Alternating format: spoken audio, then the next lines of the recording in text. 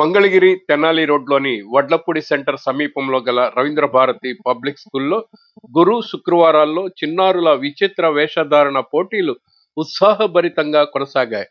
2 రోజుల పాటు నిర్వహించిన ఈ విచిత్ర వేషధారణ పోటీల్లో ఎల్కేజీ నుంచి 2వ తరగతి వరకు విద్యార్థులు జాతీయ నేతలు, దేవతామూర్తులు, పౌరాణిక పాత్రధారులతో కూడిన విచిత్ర వేషధారణల్లో ఆకట్టుకున్నారు.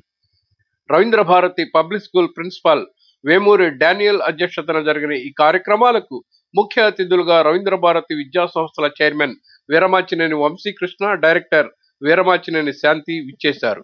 సామాజిక, రాజకీయ, ఆధ్యాత్మిక అంశాలతో పాటు జాతీయ నాయకులు, పౌరాణిక పాత్రలు, రైతు, సైనికుడు, శాస్త్రవేత్త, పర్యావరణ పరిరక్షణ వంటి వైవిధ్యభరితమైన అంశాలపై చిన్నారులు ధరించిన పాత్రలు వారిలోని కళాభినయనాన్ని చాటాయి. ఆయా వేషధారణల ద్వారా చిన్నారులు వ్యక్తీకరించిన సందేశాలు ప్రశంసనీయమని, కేవలం వినోదమే కాకుండా విలువల నిర్మాణానికి దోహదం చేస్తాయని రవీంద్ర భారతి విద్యా సంస్థల చైర్మన్ వంశీకృష్ణ పేర్కొన్నారు. చిన్ననాటి నుంచే వ్యక్తిత్వ వికాసం, ధైర్య సాహసాలను పెంపొందించడానికి ఇటువంటి సాంస్కృతిక కార్యక్రమాలు దోహదపడతాయని ప్రిన్సిపాల్ డానియల్ తెలిపారు. ఈ సందర్భంగా విద్యా సంస్థల అకాడమిక్ హెడ్ రమాదేవి, జోవల్ సరిత విజేతలకు బహుమతులు అందజేశారు. కార్యక్రమాన్ని ఏవో శిరీష పర్యవేక్షించగా హయ్యర్ ప్రైమరీ ఇన్ఛార్జీలు తేజరాణి, రమాదేవి సహకరించారు.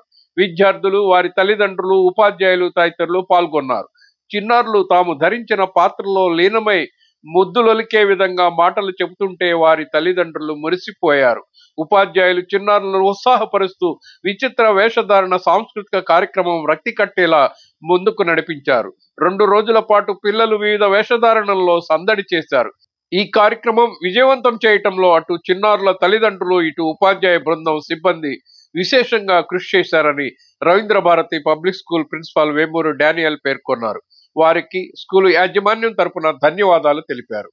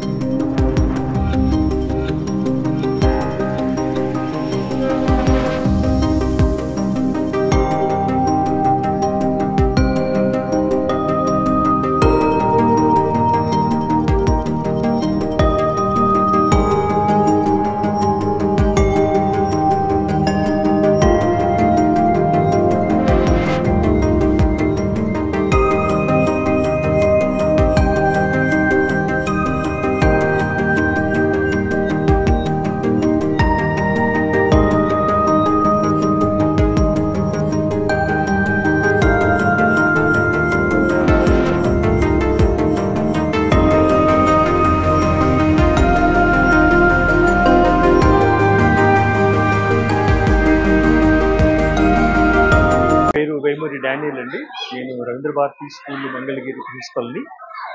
నిన్న ఇవాళ అనగా ఈ 2 రోజులు విచిత్ర వేషధారణ ఈ కాంపిటీషన్స్ని మా యొక్క పాఠశాలలో నిర్వహిస్తున్నాం.